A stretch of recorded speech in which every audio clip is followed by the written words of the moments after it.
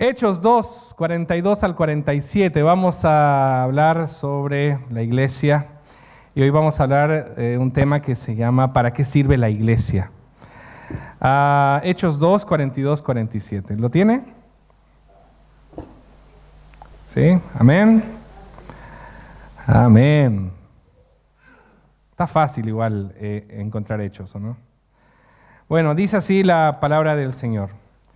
Y perseveraban en la doctrina de los apóstoles, en la comunión unos con otros, en el partimiento del pan y en las oraciones. Y sobrevino temor a toda persona y muchas maravillas y señales eran hechas por los apóstoles. Todos los que habían creído estaban juntos y tenían en común todas las cosas y vendían sus propiedades y sus bienes y los repartían a todos según la necesidad de cada uno. Y perseverando unánimes cada día en el templo y partiendo el pan en las casas, comían juntos con alegría y sencillez de corazón, alabando a Dios y teniendo favor con todo el pueblo. Y el Señor añadía cada día a la iglesia los que habían de ser salvos. Amén. Texto muy conocido, ¿cierto? Y justamente quería hacer una tarea con ustedes, comenzar a pensar este texto, no desde el tema doctrinal, porque es un texto muy conocido para extraer aquí principios doctrinales acerca de la iglesia, de la importancia de los sacramentos, de la importancia de la unidad de la iglesia, de la importancia de la enseñanza y la predicación de la iglesia. Quiero abstraerme un poco con ustedes, tomarnos una licencia de aniversario hoy y comenzar a ver este texto desde la vivencia humana, desde humanizar un poco el texto, leer un poco entre líneas lo que el texto me está diciendo o lo que nos está diciendo. Hoy por hoy nosotros vivimos una época en la que hay un gran auge del regreso de las sanas doctrinas de la gracia. Un regreso a la ortodoxia teológica, un regreso a la escritura. Estamos viendo que cientos de personas están trasladando su membresía a iglesias reformadas históricas y una de ellas la presbiteriana. Y la verdad que nosotros podemos sentirnos felices y satisfechos por eso, pero ¿en qué nos desafía esto? ¿Cómo nosotros debemos manejar este crecimiento que está teniendo la iglesia presbiteriana o la iglesia reformada, que este es un fenómeno global en realidad a nivel mundial? Entonces yo creo que la iglesia no debe pensar en que, porque en esta época hay una búsqueda y pasión por la verdad, no debería pensar que la fe reformada tiene un futuro muy prometedor como respuesta y fuente del sentido de la vida. Yo creo que eso es una ilusión. ¿Y por qué? Porque nosotros no podemos pretender que un conjunto de razonamientos, por más bíblicos que sean, asegure el futuro de cualquier iglesia. A mí me parece que el cristianismo siempre será más personal. El cristianismo siempre será más dinámico. El cristianismo siempre será más relacional y menos estructurado. Yo tengo una ferviente pasión por este tema de las relaciones en la iglesia. Creo que es vital en una iglesia y creo que es la marca fundamental del cristianismo. Y creo que este texto me lleva a pensar en eso. ¿En qué es lo que nosotros pasamos a la gente? ¿Cuál es la impresión que nosotros pasamos como iglesia a la gente que está afuera? ¿Qué impresión le pasamos? ¿Un conjunto de personas que vienen a aprender un conjunto de doctrinas y reglas? ¿O gente apasionada por la vida? ¿Gente apasionada por el amor? ¿Gente apasionada por Jesús? Yo creo que este escenario que nosotros estamos viviendo de este éxodo de personas hace surgir algunas preguntas que exigen respuestas urgentes. ¿Para qué sirve la iglesia? ¿Y cuál es la función de la comunidad cristiana en la sociedad? ¿Cuál es la función de la sociedad cristiana como experiencia personal en nuestra caminata espiritual? Yo creo que la experiencia de los cristianos del primer siglo, narrado en este libro de los Hechos de los Apóstoles, nos sirve de referencia para la relevancia de la vida en comunidad. Y hoy yo les quiero hablar de eso. ¿Para qué sirve la iglesia? La iglesia en principio sirve para mantener viva la memoria de la persona y obra de nuestro Señor Jesucristo. O en pocas palabras, para mantener viva la fe. Mira lo que dice el versículo 42. Y se dedicaban continuamente a las enseñanzas de los apóstoles, a la comunión, al partimiento del pan y a la oración. La fe puede tener dos connotaciones. La fe puede ser relación y puede ser creencia. Relación en forma de confianza, de dependencia de Dios, de gratitud, pero también puede ser creencia en relación a la doctrina, al sistema de creencias. Se lo explico mejor. Cuando hablamos de fe, estamos hablando de confianza, de la relación con una persona. Pero también estamos hablando de creencias, de doctrinas que nos ayudan a conocer mejor a esa persona. Entonces, las doctrinas nos ofrecen explicaciones de la realidad. Entonces, nosotros cuando aprendemos doctrina, aprendemos sobre muerte, sobre sufrimiento, sobre carácter de Dios, sobre atributos de Dios. Pero ¿qué tiene que ver eso con nosotros? Tenemos que estar constantemente haciendo ese aterrizaje hacia lo que nosotros somos, integralmente, profundamente. Entonces nosotros tendremos una mejor relación con Dios cuando vayamos depurando nuestras creencias acerca de Dios y acerca de Jesús. Entonces hay una tarea aquí. No es solo juntarse a aprender un conjunto de doctrinas, sino a depurarlas, a masticarlas, a aterrizarlas, a internalizarlas, a profundizarlas, a aplicarlas en nuestra vida. Por eso es tan importante la escuela dominical, los grupos de vida, etcétera, porque forman parte de nuestra experiencia de iglesia. Pero ¿de qué sirve eso si solamente vamos a llenarnos de conocimientos? Entonces la iglesia sirve para preservar lo que pavimenta el camino hacia una relación más profunda y más consciente con Jesucristo. En estos tiempos, cuando a las creencias no se les da valor, cuando las verdades están siendo subjetivadas o están siendo relativizadas, es importante saber no solo lo que creemos, sino vivir la experiencia de esta buena noticia.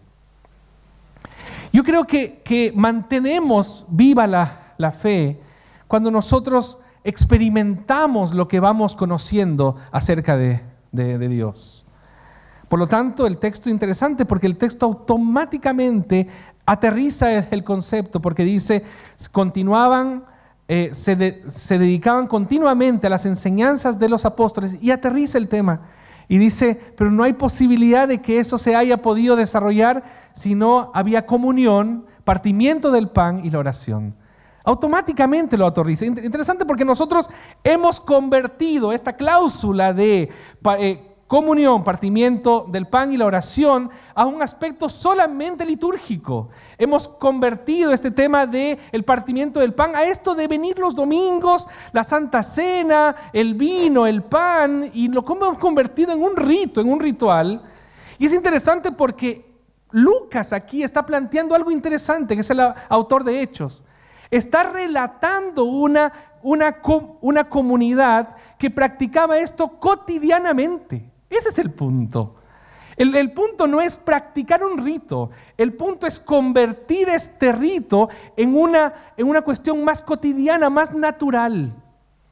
En este sentido, entonces, la enseñanza de los apóstoles generaba comunión. La enseñanza de los apóstoles creaba un milagro, el tema de estar juntos. A pesar de nuestras diferencias, a pesar de cosas que nos pueden estar pasando, estaban juntos.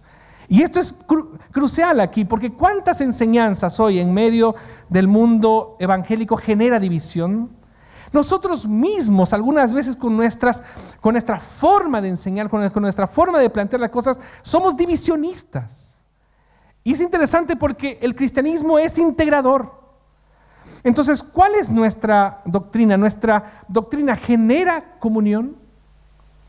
Entonces, yo creo que aquí el mejor test de una iglesia, la mejor prueba de que una iglesia es saludable es que genera el milagro de la comunión. Genera el milagro de estar juntos. El pan y el vino tenían esa mística de que el apóstol Pablo incluso lee muy bien esto que dice Lucas y dice el que está aquí frente a la mesa y no discierne el cuerpo, y no está hablando del cuerpo, el cuerpo físico de Jesús, está hablando del cuerpo de Cristo, está hablando de la comunidad. Quien no discierne este milagro de la comunidad, entonces se está dando un paseo. Y después dice, se dedicaban continuamente a la oración. La carga del texto aquí está en este gerundio, que continuamente estaban orando, compartiendo. Me gusta esta idea, porque ¿cuánta gente está condenada a estar sola? ¿Se ha dado cuenta que en nuestras propias iglesias, tal vez no aquí, pero en mi iglesia sí pasa, hay tanta gente sola? Mucha gente, por no atreverse, mire lo que le voy a decir, por no atreverse a confesarse pecados, a contar las razones de sus angustias, están condenadas a estar solas. Entonces nosotros debemos recuperar la iglesia. Y nosotros debemos recuperarla cuando uno no puede contar a su hermano lo que le está pasando. En ese instante, ahí mismo, en ese lugar, se acabó la iglesia. Cuando yo no puedo compartir con mi hermano para orar juntos, cotidianamente, no esta cuestión de ahora vamos a leer la lista de oración para leer, esta de poder compartir y poder estrechar lazos y poder arrodillarnos juntos y decir, wow, Señor, qué bueno es tener a un hermano aquí al lado. La oración así se convierte en una oración orgánica. Y creo que ese es el punto de Lucas en esta instancia. El punto de Lucas no es solamente la mera enseñanza de los apóstoles, el poner una mesa con el pan y el vino. Aquí el punto de Lucas es, esto era un milagro cotidiano en la vida de esta comunidad. Y hermanos, eso es crucial. A mí me parece que esto es fundamental, porque eso es lo que nosotros pasamos a la gente que está afuera. Esta gente, en medio de tanto individualismo y tanto utilitarismo, esta gente se reúne a estar juntos, a compartir, a orar. Era una locura para la gente que estaba escuchando, era una locura. Entonces, ¿para qué sirve la iglesia? 1, para mantener viva la fe. 2, para mantener viva la esperanza. Para mantener viva la esperanza que se fundamenta en la apertura del misterio divino. Mira lo que dice el texto. Y sobrevino temor, el 43, y sobrevino temor a toda persona, y muchos prodigios y señales eran hechas por los apóstoles. Sé que aquí nos podemos meter en cuestiones doctrinales, que si los milagros cesaron, si no cesaron, si somos continuistas, no continuistas, pura tontera. Para mantener viva la esperanza, nosotros tenemos que considerar esto que muchas veces nosotros hemos perdido, la capacidad de asombro. Nosotros no debemos perder la capacidad de asombro con Dios. Hay algo extraordinario por detrás de la realidad visible, de lo tangible. El mundo es más de lo que nuestros ojos pueden contemplar. El mundo es más de lo que nuestras manos pueden tocar. El mundo es más de lo que yo puedo sentir. El mundo es más de lo que yo puedo percibir, descubrir, entender. El mundo es más. Y cuando nosotros pensamos en eso, pensamos en este aspecto sobrenatural de Jesucristo obrando en su iglesia. Milagros. prodigios, temor. Entonces, cuando nosotros pensamos en esta apertura del misterio divino, Dios revelando en Jesucristo la posibilidad de una nueva realidad para la iglesia, para el mundo, entonces viene temor a nuestra vida. Y esta realidad sobrenatural se manifiesta siempre de manera sorpresiva y sorprendente. Entonces vuelvo a preguntarle en qué momento hemos perdido nuestra capacidad de asombro. Es decir, hoy, cuando usted vino hoy, dijo, bueno, vamos a celebrar el 112 aniversario de la primera iglesia presbiteriana de Viña del Mar, y vino a este culto, ¿qué estaba esperando usted? ¿Qué estaba esperando? La Biblia constantemente habla de la presencia de Dios, de la gloria de Dios llenando los templos. La Biblia constantemente habla de que no se podían permanecer en pie. Y no les estoy hablando necesariamente de una experiencia pentecostal. Les estoy hablando de una experiencia cristiana.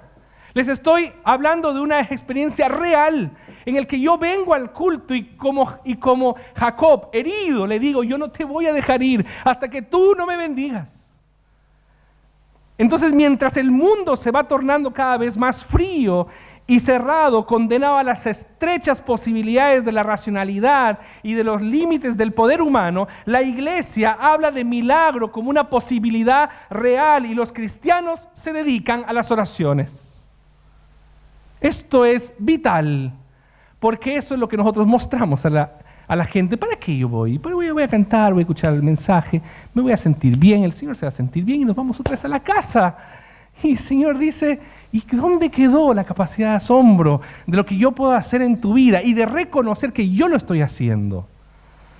Entonces Dios hace cosas nuevas y Dios hace que estas cosas nuevas comiencen a pasar, y si algo necesita nuestra iglesia es temor a Dios, ese tipo de reverencia que se toma en serio su voz, que se toma en serio sus desafíos, que se toma en serio sus principios, y es cuando nace en el corazón el deseo ferviente de obedecer. ¿Sabe lo que pasa cuando una iglesia comienza a temer a Jehová?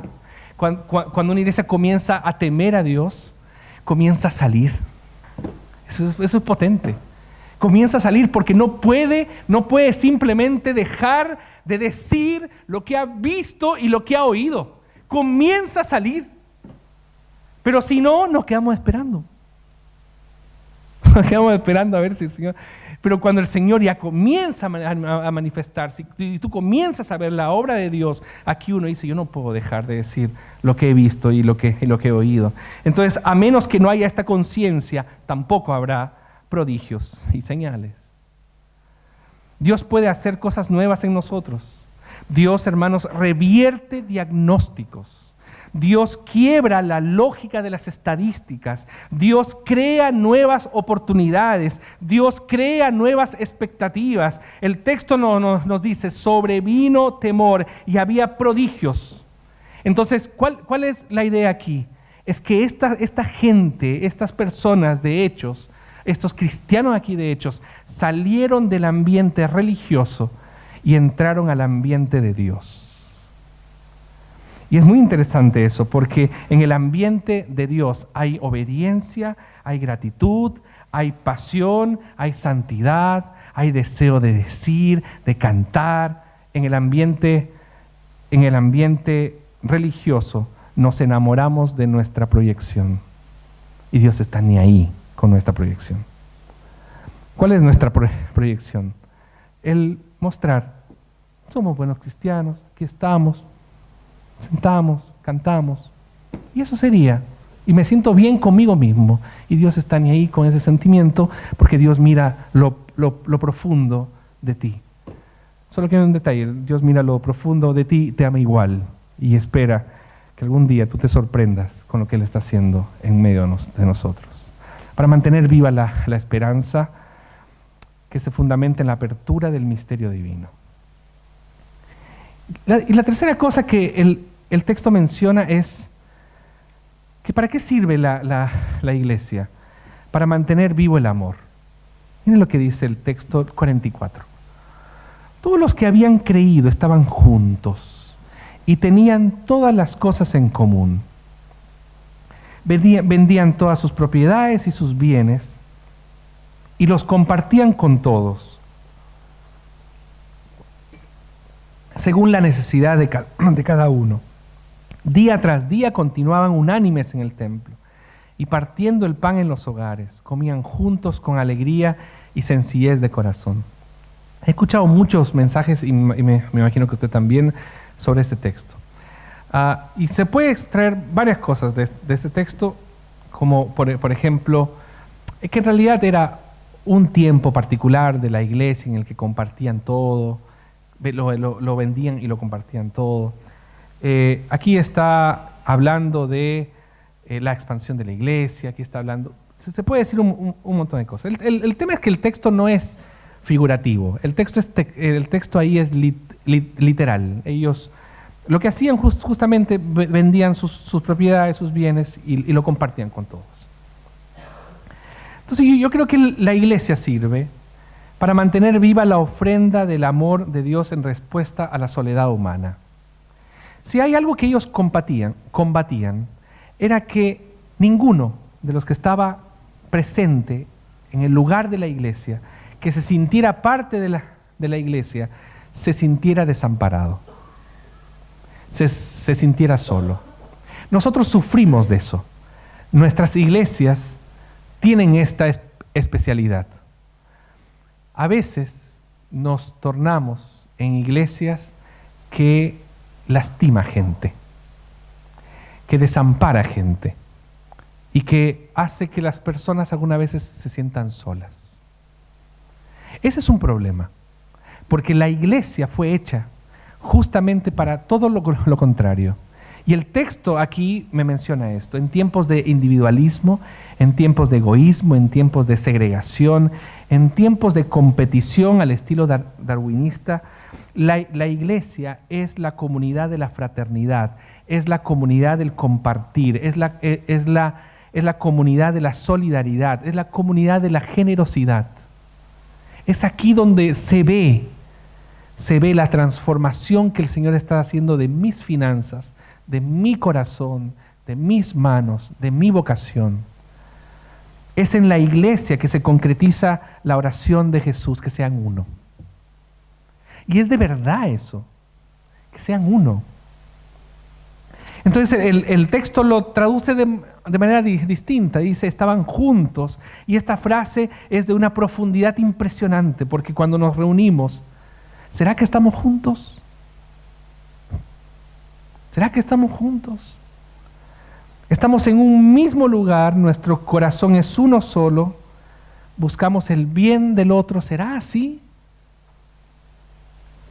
Alguna vez yo tuve una consejería con un par de hermanos, estaban con un problema y un hermano dijo algo muy potente. Dijo: si me odias es porque me amaste. Y si me amaste, me puedes amar de nuevo. Pero la indiferencia, eso nos destruye. Me encantó esa frase, después yo la anoté, porque eso es. Amarnos u odiarnos no es el problema, porque forma parte de un grupo social en el que vamos a tener nuestra diferencia, nos vamos a amar un día, no nos vamos a amar el otro día, nos vamos a perdonar, nos vamos a ofender, nos vamos a volver a amar otra vez. Esa es la dinámica, pero estamos juntos. Estamos juntos, esta es una familia, como en la familia. A veces nosotros ofendemos, pedimos perdón, pero seguimos juntos, estamos juntos. El problema aquí es la indiferencia. Y lo que ellos combatían aquí, la iglesia servía justamente para mantener vivo el amor y luchar contra la indiferencia, que es lo contrario al amor. Lo contrario al amor no es el odio, lo contrario al amor es la indiferencia. Entonces, cuando nosotros somos indiferentes, hemos perdido la iglesia. Entonces, cuando nuestro corazón ya se torna insensible y no solidario, hemos perdido la iglesia. Entonces hemos llegado a pensar, interesante eso, porque la iglesia se transforma o se debería transformar en un lugar donde yo vengo a descansar. Es interesante eso. Cuando yo estoy de viaje, puedo estar en un hotel, puedo tener un tiempo para supuestamente descansar, pero no descanso. ¿Por qué? Porque lo que nos da descanso no es una cama. Lo que verdaderamente nos da descanso es el calor de las personas que nos aman. Esa sensación de que cuando uno, no sé si le ha pasado, pero una sensación que cuando uno llega a casa y dice, estoy en casa. Es fantástico eso. Tú puedes estar en cualquier otro, el mejor hotel del mundo, no vas a descansar. Tienes que llegar a casa para descansar. Esa sensación de cuando llega el avión, te dices, oh, estoy en casa otra vez. Aunque tengas que tomarte 5 taxis para llegar o 5 buses para llegar a tu casa, pero estás en casa. Cuando llego a casa y mis niñas no me han visto varios días y quieren jugar conmigo, yo estoy súper cansado, el solo hecho de estar con ellas es un descanso. No sé si encuentra lógica con lo que estoy diciendo. No se trata de una cama, se trata de estar en familia. Y la verdad que cuando la iglesia pierde la posibilidad de proveerte descanso como familia, hemos perdido la iglesia. Hemos perdido la iglesia. Es fantástico cuando uno dice, hoy voy a la iglesia. Hoy voy a estar con mis hermanos. Y uno siente felicidad por eso. Es fantástico. Ahí tienes iglesia. Por eso hay una dinámica en el texto, siempre en el texto bíblico, mencionando constantemente este tema de donde 2 o 3 están reunidos y constantemente hablando sobre la importancia de estar juntos. Es por esta idea de familia. Entonces, dice el texto, los compartían con todos según la necesidad de cada uno. Donde haya necesidad, la comunidad de fe tiene su deber. Entonces, la iglesia es un lugar donde el sufrimiento es disminuido. El Espíritu Santo creó una comunidad capaz de disminuir el sufrimiento. No de eliminarlo, de disminuir el sufrimiento. Si tú sufres, este es un buen lugar donde tú vas a poder encontrar paz. Qué interesante eso, ¿no? El hecho de que yo estoy atribulado, estoy angustiado. ¿Dónde voy? ¿Dónde voy? Philip Yancey decía, yo me fui de la iglesia porque encontré muy poca gracia en la iglesia. Volví a la iglesia porque no encontré gracia en ningún otro lugar. Interesante eso. Para mí la iglesia comienza ahí. Cuando yo puedo llegar a un lugar y sentirme amado. No sé, pero en estos tiempos no hay otro lugar como la iglesia. No hay otro lugar como la iglesia. ¿Qué otro lugar? ¿Qué otro lugar puedes encontrar donde te animan a buscar el amor, la esperanza, el descanso, la paz? Aunque nos peleemos, aunque tengamos diferencias, es interesante porque el Espíritu Santo creó una comunidad capaz de disminuir el sufrimiento y disminuye el sufrimiento por medio de la comunión. Y el sufrimiento se sobrelleva por el amor mutuo. Nosotros debemos dar batallas a nuestras soledades. Solo abre los ojos. Hay gente que puede estar sintiéndose sola y necesita tu ofrenda de amor. Para terminar, versículo 47. ¿Para qué sirve la iglesia? Para mantener vivas las señales del reino de Dios en la historia. Dice el texto, alabando a Dios y hallando favor con todo el pueblo, y el Señor añadía cada día al número de ellos los que iban siendo salvos. También esto es un texto donde habla acerca de la elección del Señor. Trae a su iglesia quienes van a ser salvos. Pero quiero llevarlo para otro lugar. Para mantener vivas las señales del reino de Dios en la historia, la iglesia debe vivir lo que predica para poder predicar lo que vive. Se lo repito.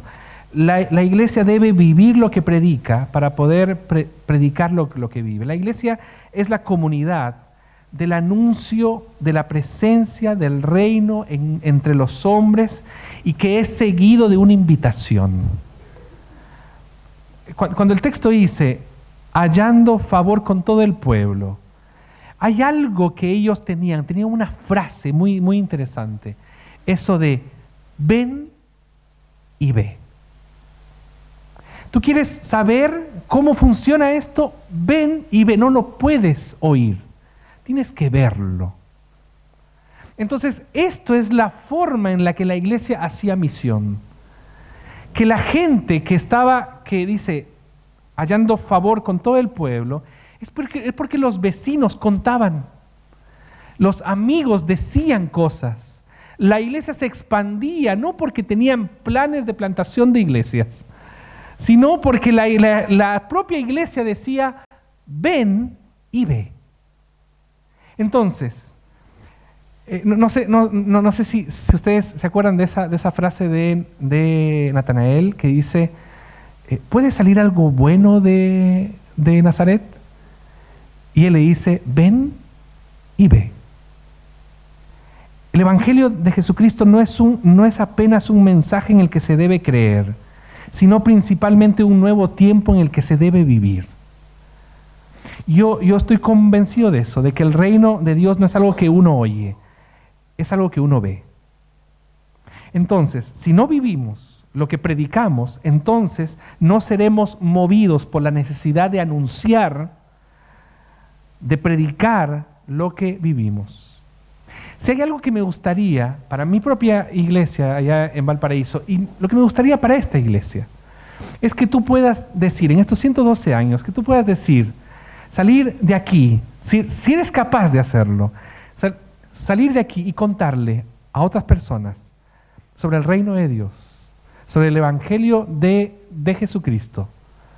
Pero al decirle así, ven y ve.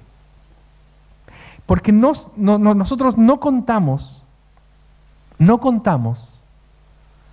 lo que el Señor puede hacer en tu vida.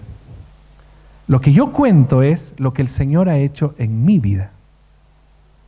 Entonces, cuando yo le digo, ven y ve, yo lo que le estoy diciendo es, ven y mírame lo que el Señor ha hecho en mi vida. No es, mira la cruz. El apóstol Pablo decía una frase bien interesante, decía, sed imitadores de mí, como yo soy de Cristo.